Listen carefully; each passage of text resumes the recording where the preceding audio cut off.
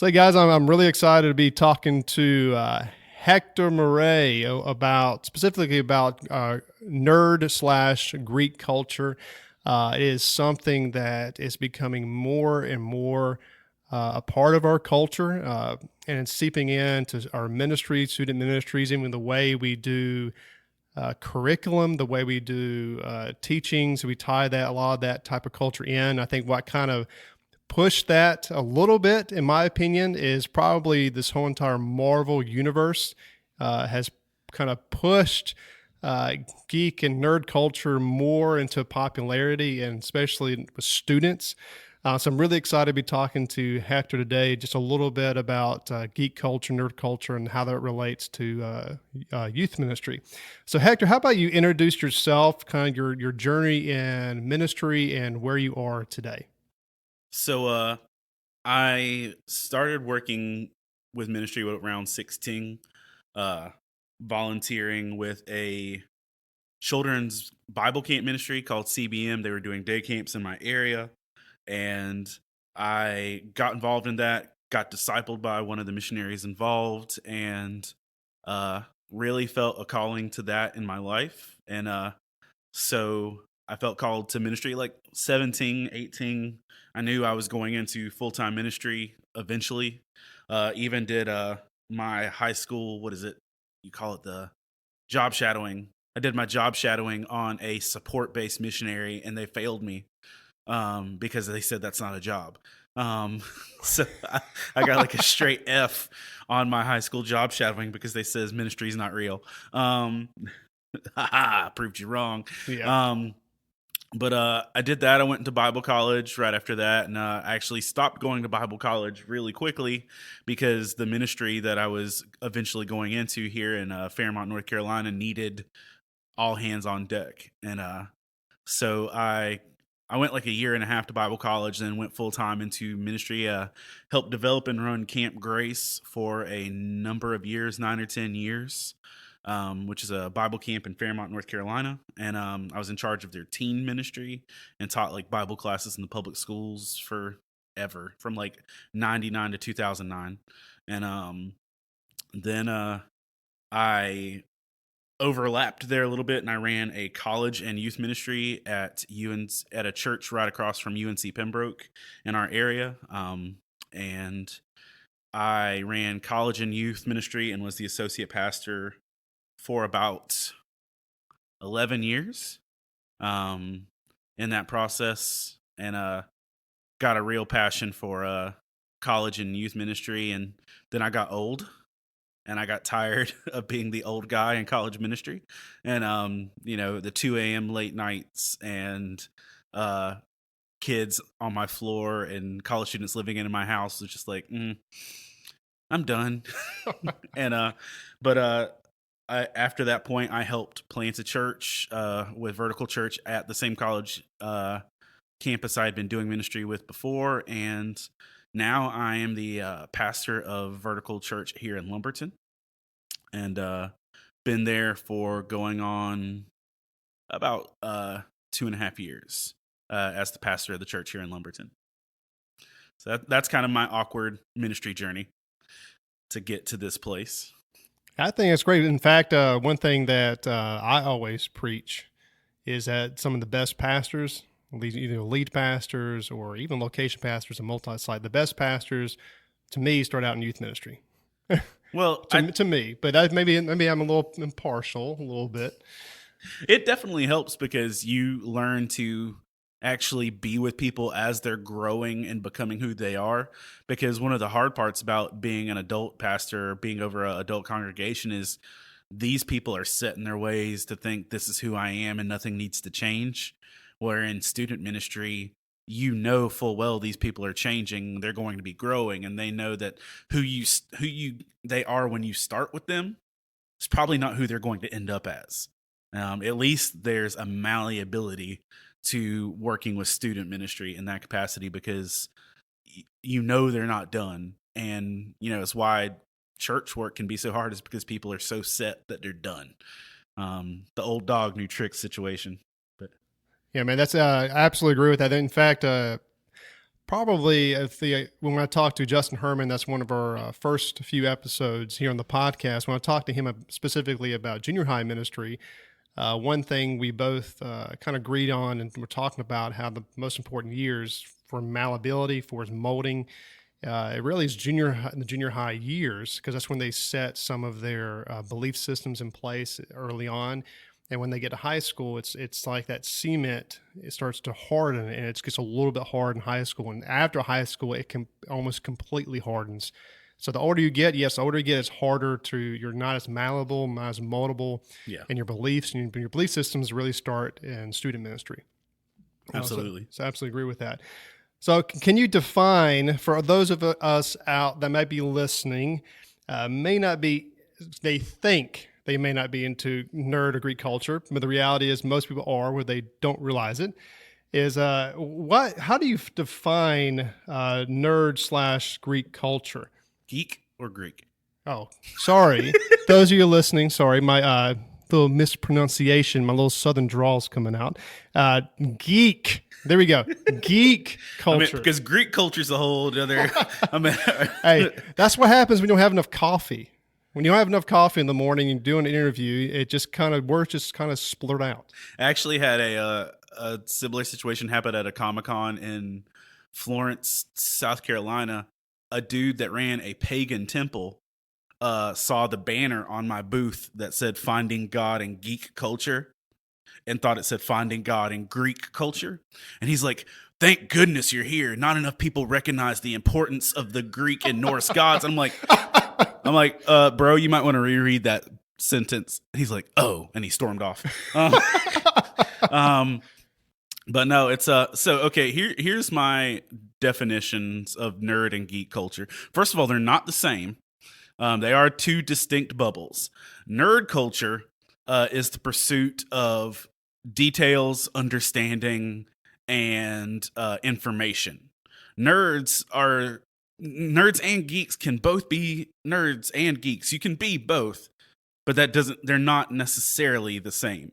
But nerds specifically will be able to tell you details, research, statistics, things like that. A geek, in not just video games and superheroes and stuff, a geek is anyone who is enthusiastically passionate about something. Geeking out, being a geek, is being enthusiastically, maybe over enthusiastically passionate about something.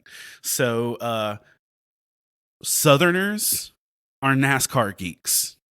I would agree. You're not going to want that term, but Southerners by and large are NASCAR geeks. People that watch wrestling, you're geeks. You're wrestling geeks. College football people, Auburn and Alabama and UNC and Chapel Hill and NC State, you're college football geeks because you are enthusiastically passionate about something. One of the easiest ways to break the difference down is a nerd can build you a rocket. A geek can tell you what TV show a certain rocket's from. Absolutely true. And so that's the thing. My wife is a scientist. She teaches at a college. She's a nerd. She can tell you about biology and chemistry and all these things. And I can tell you like about the specifics of a Star Wars ship, or, what season of what is on Doctor Who, or things like that. It's the difference of information versus passion. So yeah, I think that's a good definition there. Well, it's kind of interesting. That's the first time I've ever heard the definition of separating the two. But after hearing that, I would actually agree with that, with the terminology, because we kind of blend those two together. Yeah, a lot between geek and nerd. Because if you use myself as an example, I'm a geek when it comes to sci-fi, when it comes to certain animated shows, Marvel, especially after all the Marvel universes coming out. But in some things, I'm a nerd, because I love philosophy, love studying philosophy, love theology, which most people going to ministry should love theology. But even in college, me and a good friend who is a philosophy major, we would just take a topic, whatever the topic is, and just debate it, just for fun. Yeah. So some things I would say in the sense, most people are a nerd to something. in the sense that you're pursuing that information. Yes, pursuing the information, and also at the same time, all of us are geeks to a certain point. What's the potential to be both is strongly there. Like, I'm a nerd about Doctor Who and I'm a geek about Doctor Who. I like the information, I like the research, things like that. But then I had written something about Star Wars and someone blew me up because what I wrote didn't correspond with the lore. And I'm like, there's lore? And they I'm a Star Wars fan. I've never heard of that. Right. Okay. I've got these conversations saved, because I was writing something about The Last Jedi, and they said, well, this doesn't fit in the lore. I'm like, where does one find the lore? And they're like, there are pages and volumes and tomes of this stuff on the internet that fill in all these gaps that are supposed to be considered canon to Star Wars. I'm like, okay, I'm gonna go watch the movies. I might play some video games. I might watch a TV show, but I'm not reading that. Well, I even read as a kid growing up reading a lot of books, Star Wars books. Right. I still have never heard of that. No. And so, like, my eyes got open because Star Wars nerds, they know the lore. Star Wars geeks, they're going to go watch a movie. And there's a distinction. But yeah, but it all really boils down into this culture where it really has permeated and really become a lot more mainstream in recent years. Oh, yeah. No, I would agree with that. Now, do you believe that it is harder for nerds and geeks to step in the doors of a church? And if so, why? So I think it's a double-edged sword in this capacity, because one of the things about geek culture, and not just for the sake of tongue twisting, I'm just going to label it geek culture. It's encompassing but nerdy and geek culture. But one of the things about geek culture is that by and large, it's become a very broad culture of everything's okay. That whatever you're into, and that's fine. So in that capacity, it can breed some disdain towards being told maybe what you're doing is wrong, or that there's such a thing as disobedience, or that, just because you feel passionate about something doesn't make it right. So there's a roadblock there, because, one of the things I go to about 25 to 28 comic conventions a year. So whether Saturdays or weekends or things like that, I go sit at a booth with my books, about at least 20 weeks a year, where I'm in this culture where there are people who have not been told that no ever on things, and they just, so it can be a detriment that people won't want to set foot in a church or in that culture because they want to be able to do whatever they want.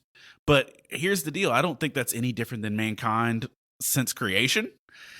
We just have a little more vocal celebration and a little more encouragement to do whatever you want because people are cheering each other on social media and things like that. So I think geek culture can set up that thing where you don't want to be told no, and that can be hurtful to actually developing a solid spiritual faith. On the flip side, I think geek culture also enables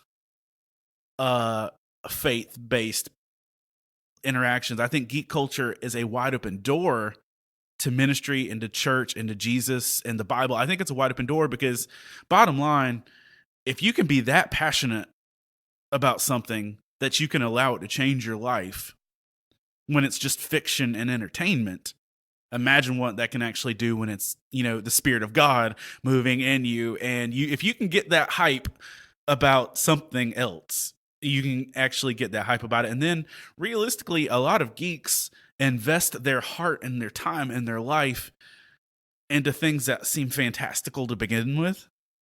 That they are a little less tied to the mundane or the single-minded parameters of we just exist and there's nothing more. they're a little bit more open to the idea of there's more out there. So the thing that they just don't like is usually being told I'm right or I'm wrong. Um, and so I think it is that double edge. There's on the correction side, there's a hesitation, but on the passion and investment side, I think they're actually at a better predisposition for that. Yeah, one thing, kind of going off of some things you were talking about, also just sitting here thinking about for me personally, is I think it's harder, would be harder personally for someone who falls in this camp of nerd or geek culture to go in a church, a youth group that is, I would say, best way to say it, backwards minded. The reason why I say that is because we live in the South. Me and Hector are here in the South. And sometimes I feel like it's the buckle of the South, to where there's churches, even where I grew up at in Wilson, North Carolina. There's churches around there. There's churches here in our county. There's churches outside of this county, all across the state, South, that wouldn't be as welcoming to me for some of these types of kids. What I mean by that is some churches are stuck in the 1990s or earlier and how they do ministry, specifically student ministry. And so sometimes I feel that is a hindrance with these type of kids when you're dealing with churches that are stuck so far behind in the way they do ministry. Do you feel that same way as well? I feel that very much so, but one of the things I see so frequently in this culture is that they do feel that. That these kids that show up to the chapels I do at Comic Cons, or that read my books, or that come to my booth and have these conversations, it's been a long time since they felt like they were welcome in their church. That's, and I'm not even saying people like practicing sin like on a regular basis or doing like extremely rogue things. I'm saying people that just like video games or Minecraft or superheroes or stuff like that, or comic books. They get in this thing where they feel like they're ostracized and unwelcome in their church because of the stuff that they're entertained with and that they find exciting. And I mean, like you mentioned, 90s church. I grew up in the youth group era where the newsboys were the devil because their guitars were too hard, and my youth pastor would straight up want us to bring our CDs in so we could break them and repent.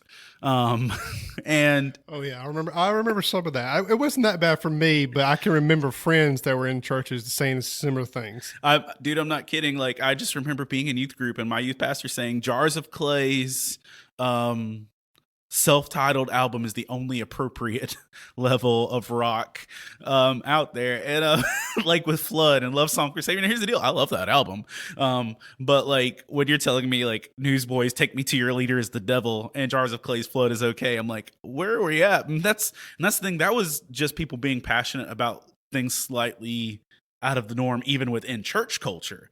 Then when you are get these things that these kids are embracing, that they're enjoying, and they're becoming passionate about it, if they feel like the church is going to reject that, they feel the church is going to reject them.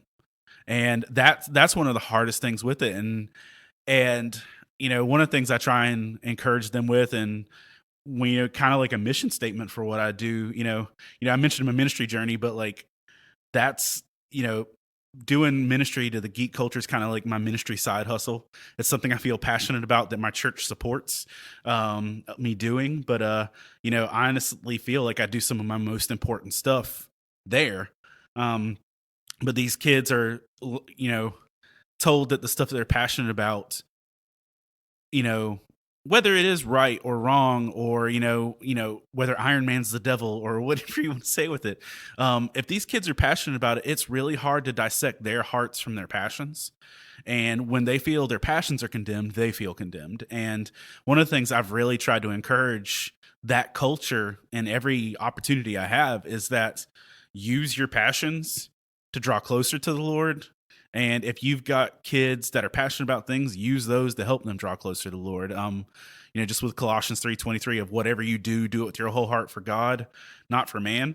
I would rather these kids use their whole heart and the stuff that they're interested in to actually get involved and get closer to God in that capacity. And, I always look back at the Apostle Paul with the unknown God, where he used something that was obviously not holy, obviously not sacred, but people were passionate about to point them towards Jesus. I think there's a better way than just telling these kids their entertainment and their passions are the devil.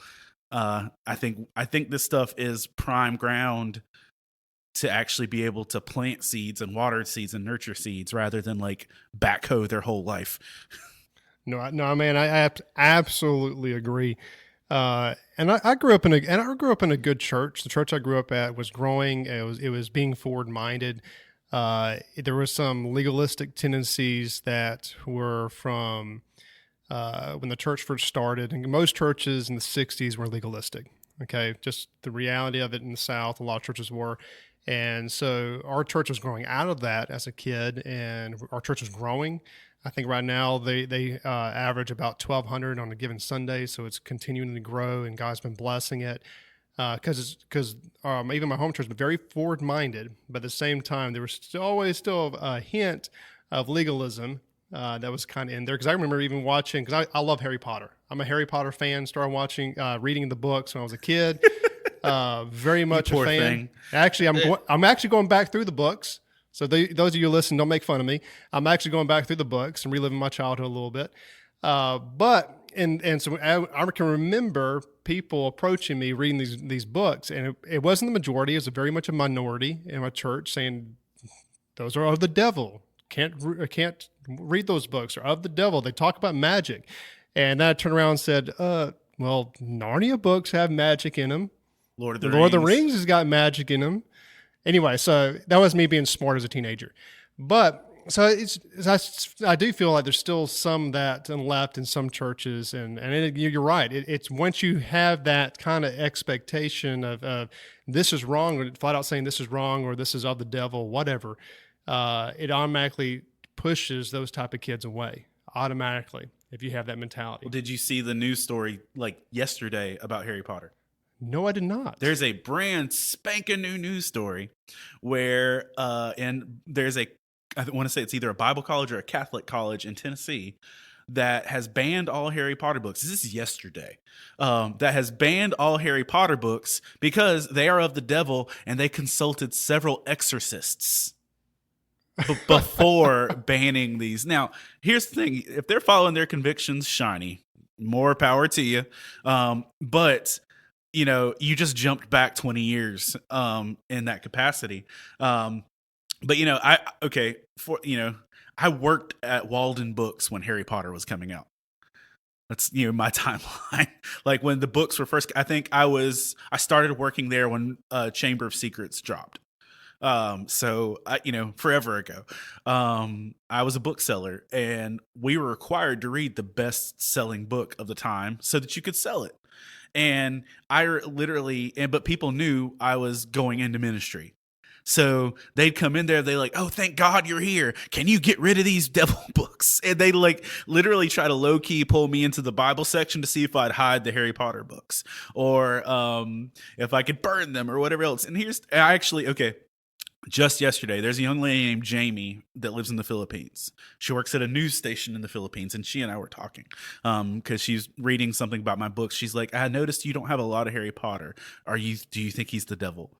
And like, I had to have this exact conversation with a grown woman in the Philippines yesterday because the thing that it really boiled down to me, and I think this is what's true of church culture in the face of worldly culture or geek culture or any culture that doesn't necessarily mesh, is that it's a lot easier to project self-righteousness if you can have a scapegoat.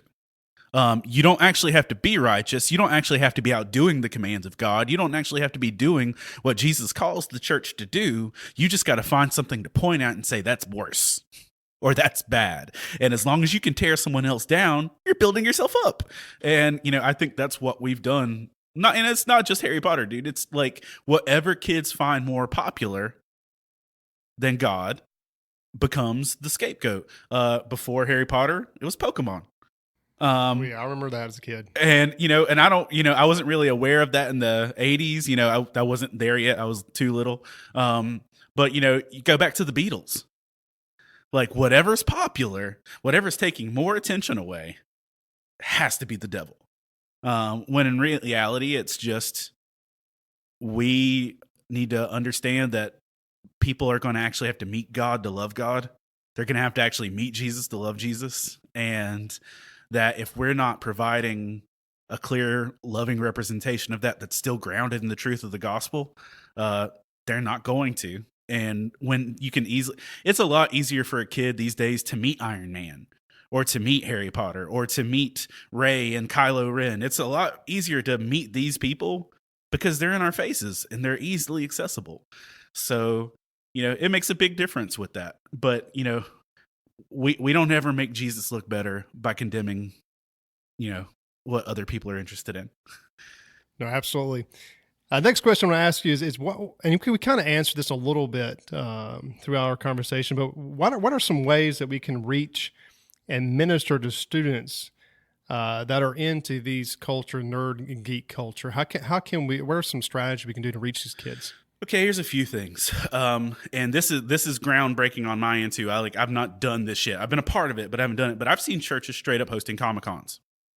I was a part of one in Wilson, North Carolina. What church in Wilson? I want to say a Lutheran church. Oh yeah, I know exactly which church you're thinking about. I can't remember the name of it. But there's a pastor there named Will Rose. No, not Will. No, wait, no. Will Rose is a different dude in Raleigh. Zach Harris. Okay, I know exactly who you're talking about. Mm-hmm. Okay, Zach and I met at a Comic-Con, and he's been running Comic-Cons at his church for like 3 years now. And I went and set up, and it was great. It was a good time. They actually had real comic book artists and vendors and comic shops showed up. And I'm like, oh, okay, this is cool. And, the people of their community came. But that's something I've seen really popping up in the last 2 years is churches hosting Comic-Cons. One, not just for their kids that go to their church, but to show other people in the community, you're welcome here. To show other people in the community you're welcome here. We just did over the summer. We did one in Washington D.C. That it was called Kingdom Con, and I'm like, cute name. But like they hosted a Comic-Con in their very large church.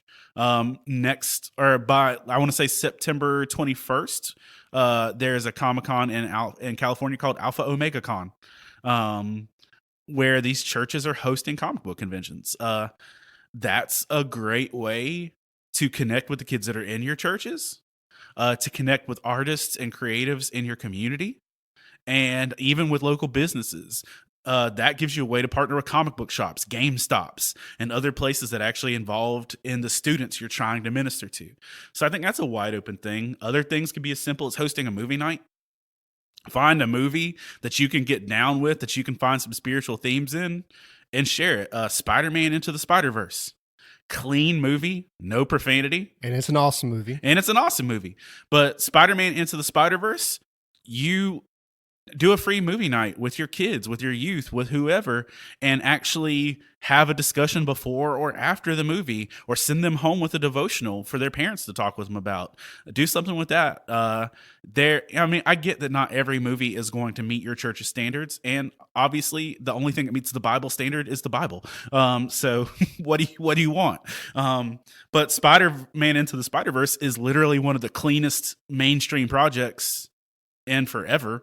And that's something easily done. But things is like that. If your church does a movie series in the summer, if your church does a theme for your youth ministry or whatever else where you do these things, letting them know that you not only see the projection of how they present themselves on Sunday, but the stuff they're actually into throughout the week, that you see them and you want to be involved in that you want to be involved in knowing them more. There's a church in Charlotte, North Carolina, that takes their entire youth groups on field trips to real Comic-Cons. And and they tell them up front, you're going to see people of different beliefs, different cultures. Your little bubble's going to be burst. But we're going to talk about it. You can also partner with other events in your area to see if you can do ministry at one of these events and bring your kids along. There's a church in Knoxville, Tennessee that hosts a full-blown church service before every Comic-Con in Knoxville at the convention centers. They're coming up here in October. There's a Fayetteville Comic-Con. I get to have a full-blown church service Sunday morning at noon or Sunday afternoon at noon at the Comic-Con. And things like that if there are events that promote stuff these kids enjoy, find ways to bring the gospel into it without being aggressive and without being offensive. Pass out water at Comic-Cons. I just got to go to San Diego Comic-Con this year by the generosity of like some folks in California that wanted the gospel spread. And, there were the hatefulness of like just straight blown aggressive street preachers. And they weren't even presenting the gospel. They were like saying you smell bad and you live in your mom's basement, like that kind of stuff. Literally, I'm hearing a dude holding a sign that has scripture all over it, with a megaphone screaming that you smell terrible and you live in your mom's basement. Obviously that scripture was taken out of context. Right. And, but there's a group there that we just passed out water bottles in the middle of San Diego, in the middle of 130,000 people big event, passing out water bottles. And, we didn't have to have them sign something saying that you understand this is from Jesus or, put scripture on the water bottles. Literally, they just ministered and talked to people. And there are little ways that you can incorporate the heart of your church, the heart of your youth ministry, and the stuff that they're passionate about in some pretty tangible, easy ways. With the books that I do, we have a 12-week youth group study guide that Life Point Church in Raleigh put together from the books. There's stuff like that. And, if you want those, all you have to do is shoot me an email or a message and I'll give it all to you on PDF and you can just roll with it with your student ministry. And those have proven to be really helpful as well. But, the biggest thing is you have to find that line of what you're comfortable with without compromising your own convictions and where you feel it falls with the gospel and how far you're willing to go to reach these kids and how far you're willing to go to minister to them. Because some things, y'all, it's not about sinning or getting into worldliness or whatever. Some of it's just getting out of your comfort zone, because you're so set in doing the things that you did when you were in youth group or that your church did that you're not willing to do new things. And this is a new generation. And if you don't do something new, I understand there's nothing new under the sun, but if you look at the stuff that Jesus did when he physically walked the earth in his ministry, it looked new to everybody else. Exactly. We kind of been hitting on this all throughout our talk, but if you could leave one piece of advice for youth leaders in their ministries, what would it be? One piece of advice. Don't ever downplay the value of what you're doing. You and I were talking to, about like that some of the best pastors were at one point youth ministers and stuff like that. We can get in this mindset in youth ministry. And, I was a youth pastor for a long time. Like that was 2001. I youth pastored a church for like 6 months. And then a few years down the road, I youth pastored a church for 11 years. I mean, we can get in this mindset where we think youth ministry is just the stepping stone to the big show, or, I'm not a real pastor, I'm just a youth pastor. We look at it like spiritual JV, like real pastors are varsity. We're the opening act. And I get it. And I get all the humor and all the memes and stuff that go along with that. And, that's great. But realistically, if you look at where scripture teaches us that we've been divided up with different gifts and different different passions, different enablements by the Spirit of God, you need to realize that your ministry in youth ministry is just as important as any other form of pastoral ministry, any other form of ministry. And the difference is if you're in student ministry and you put more prep work into a Sunday you get to preach before big church than you do into a Wednesday or Sunday you spend with your youth group, that's some idolatry. Because if you put more effort because you think it's a better audience or a bigger audience, your motives are wrong. Your heart's wrong. You need to put the same effort, the same intention, the same focus, whether it's your youth group of 5 kids or 400 people in a suit sitting in pews that look at you like, why is the youth pastor up there? Give your best, not out of pressure, but give your best, because if God's called you to where you're at, then where you're at is important and vital and is not second rate to any other ministry. And as long as we believe the lie or the cultural mindset that youth ministry is a secondary ministry, you're going to see yourself as a second-rate leader. And so you need to look at yourself that what you're doing is valued and valid and important. No, absolutely great. Before we kind of conclude, I would love for you to talk about, just briefly, kind of talk about your books and also how to get connected with you about that as well. Okay. My main book stuff is I write a book series of essays on faith and geek culture called Faith and Fandom. There are currently 6 volumes of these books out and a kids edition. But the books in general usually contain like 20 to 25 devotionals about different pop culture things or geek culture things, everything from Doctor Who to Avengers Endgame to Shazam to Spider-Man and the Spider-Verse to Red Dead Redemption to video games, whatever. It's honestly, it's what if I'm in watching or playing or something and, you know, I see a spiritual parallel there, I'll make a note and I go back and revisit it. And so these are devotionals you can do individually, you can do with groups. And one of the things I try and tell people is they are in no order. So really is jump around to whatever has more stuff you're actually interested in. You can get all of those on Amazon. You can get them on Comic-Cons all throughout the Southeast.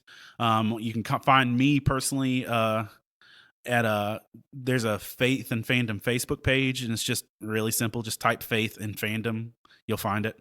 And there's, resources available for student ministries and stuff like that. And if you're ever doing group studies, all you have to do is shoot me an email and I'll send you PDFs so you can use them with your groups. But I usually try and put one of those out a year. Like there should be one coming out in May. If God continues to open these doors for that. And that's the main thing with the books. And they're a blessing to me, and I usually travel around to about 20-ish Comic-Cons a year and set up as an artist as a chance to minister to the other vendors that are there, as well as the attenders, and it affords me ability to do chapel services at these cons, to do service ministries and things like that. I also have a book called 10 Things I Learned from Sucking at Student Ministry, and just about what I gleaned from my mistakes in student ministry to try and give people a heads up of you can do better than I did, and learn from that. And again, that's available on Amazon as well. Yeah, guys, everybody who's listening, all that will be in the show notes. I give you links to all of Hector's books and devotionals and all that as well. So make sure you check out the show notes. Buy a book, and they're, again, a lot of my teens in my ministry have used his books for devotionals. All of them have said it's awesome, so I highly recommend it for your student ministry. Last question I have for Hector: if somebody want to get connected with you, what is the best way to get connected with you? I'm a Facebook person by and large. So if you want to find me on Facebook, you are more than welcome to shoot me a message. You can email me at faithandfandom@gmail.com or hector@govertical.org.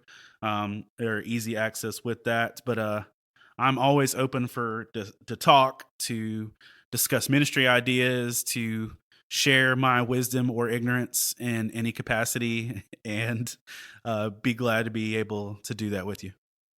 Well, Hector, I just want to thank you for coming out the podcast. And again, I know that you are nuts, especially right this week. For those of you who are listening, we're in, when this is being recorded, we're right in the midst of possibly getting a hurricane our way.